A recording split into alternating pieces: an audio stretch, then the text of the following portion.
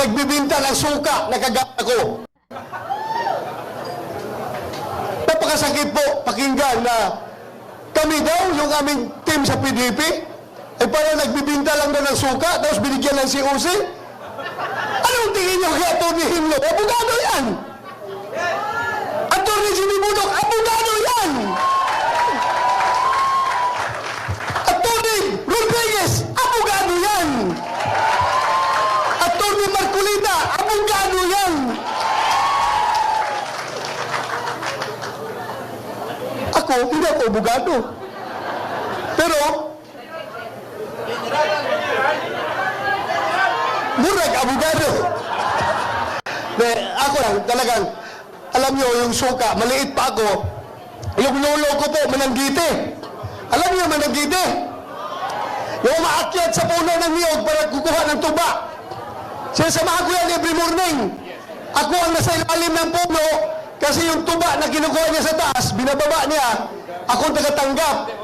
At yung tuba na kinukuha niya, binibinta niya yan. Kapag hindi nagbinta ang tuba, kinabukasan, bahal na yan. Ano ibig sabihin ng bahal? Hindi na presko. Bahal na, medyo mapakla na yung tuba. Pagkapangatlong araw, mas lalong mapakla. Bahal pa rin ang tawag namin yan. Sa kanya yung pera. Pero yung suka, sobra na, ako na magbibinta niyan. So, income ko na yon. Pambaon ko pag-eskwela. Nilalagay namin yan sa butelya ng bote ng lumnik. Alam niyo yung lumnik? Lapad. At saka yung lapad, yung tanduay. Lagay namin yan. I-display ko sa labas ng bahay namin para mabili ng mga kapitbahay na dumadaan. Kaya, huwag nating maliitin yung mga nagtitinda dati ng suka. Dahil, hindi po masarap. Ay, hindi po bawal mangarap ang isang nagtitinda ng suka na magiging senador. Ako'y nagtitinda ng suka, pero nakapag-masteral degree ako. Nakapag-doktor of philosophy ako. Naging CPNP pa ako. At ngayon, naging senador pa. Kaya sa lahat ng nagtitinda ng suka dyan, malaki ang tsansa nyo na magiging senador. Hindi kasi, ito mga tao na lumaki sa layaw, yung hindi kumakain ng pagkain ng mahirap, baliwala sa kanila suka. Pero sa ating mga mahirap, very essential ang suka sa ating kusina. Dahil hindi masarap ang tuyo, hindi masarap ang bulag, hindi masarap ang daing kung walang suka.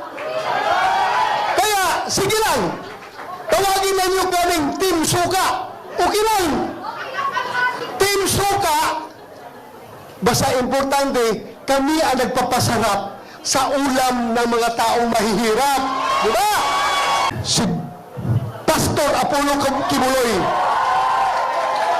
kahit na kaming lahat ay, ang lahat ng kasama namin ay mga abogado, kailangan pa rin natin ng man of God para sa aming spiritual na direksyon. At si Philip Salvador, kailangan natin isama. So yun lang po ang pakiusap ko sa inyo. Dagdagan ninyo kami. Kung ibalik nyo kami doon, dagdagan nyo kami sa aming magkasamahan. Yun lang po. Maraming salamat. Magandang hapon sa ating lahat. Ibalik sa Senado! Constant use of heroin. Aabot pa siguro siya ng 80. Pero pagdating sa panahon na yan, hindi na siya gumagalaw. Either nakatindig lang yan sa kwarto niya o natutulog. Ganito na lang. Marami tayong problema. I think the Marcos government has fallen short of the expectations. Ako, hindi ko ma-compare kasi pwede kong sabihin, mas mabuti siya ngayon kaysa aking panahon. I can even concede na ganon ang nangyayari. Pero it would not be a good reason for you to solve the problem just because you're doing right, more rights than the wrong ones that the other guy had committed in the past. Na ibig sabihin niya, kung sabihin, wala yun si Duterte, mahina kasi ganun. Okay. But it's not me. It's the Filipino people. Ang tignan mo ang Pilipino, huwag kang magturo dyan sa mga kalaban mo, kagaya ko, kasi ako, hindi na ako kandidato. Ngayon, kung mag-usap tayo, ang pag-usapan natin kung ano ang mga tao na pwede nating gawin na makatulong sa atin, mailagay dyan sa Senado para paski batas na lang ang habulin natin or a policy that is enunciated by Congress, particularly about the drug problem and itong ekonomiya. Itong ekonomiya, mabigat to. Walang bright dito. But at least naman yung sabi ko pagkain, sana mahanapan nila ng paraan. Talagang tumataas eh. Kaya I don't know how it operates now, but if you continue to practice democracy, we have to have a Senate na kailangan nandyan even to persuade any sitting government to do what is right. So, nakikita ko si Philip Salvador, ang naalaala ko sa kanya, artista siya. Mahusay na artista. Kaya idol ko siya, yung mga sine niya, pinapanood ko. Tinitignan ko siya kung paano niya yakapin yung mga babae at paano niya inahalikan.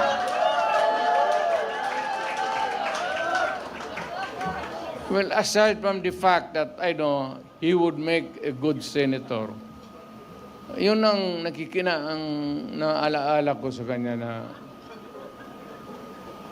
parang durog talaga ang babae sa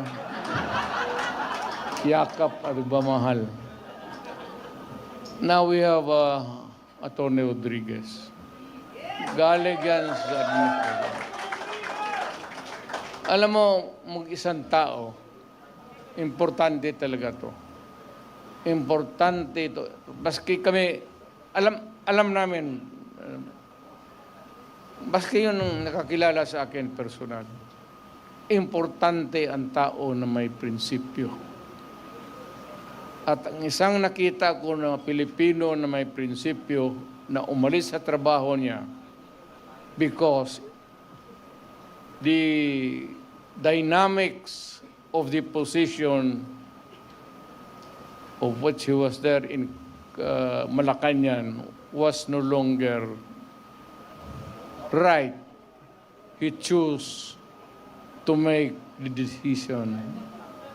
At nakita ko, as a matter of, hindi naman kailangan sabihin niya, but nakita natin, as a matter of principle, importante talaga yan. Atty. Rodriguez.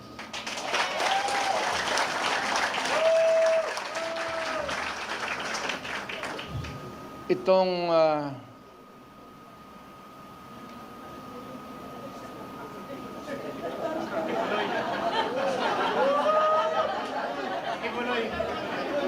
Attorney Torion or Pastor Kibuloy. para ka kay Kibuloy? Representative. Tuma sana. Si Pastor.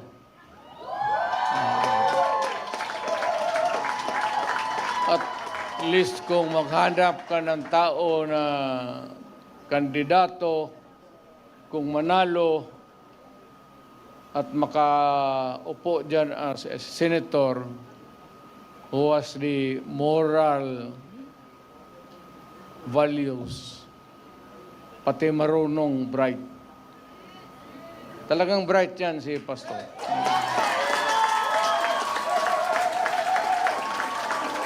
Hindi lang ninyo narinig kasi pastor Ang ina yung sinasabi, yung ganon, ang mga apostoles, ang mga... ano ba naman yung alam ng apostoles ginawa? Dito tayo sa politika ito So, si Pastor Kibuloy para sa Senado.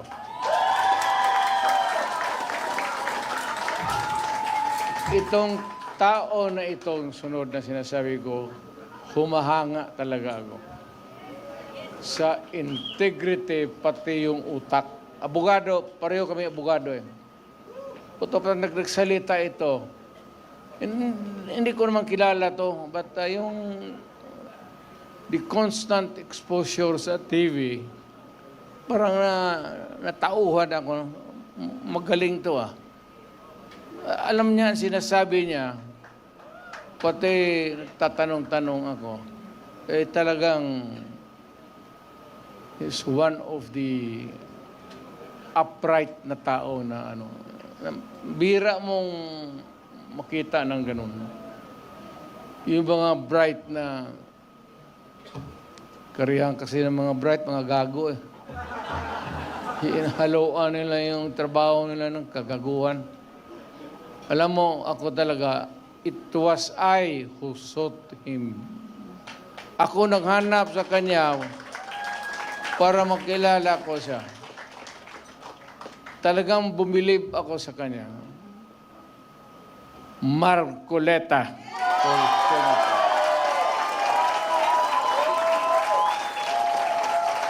Totoo yan, sir.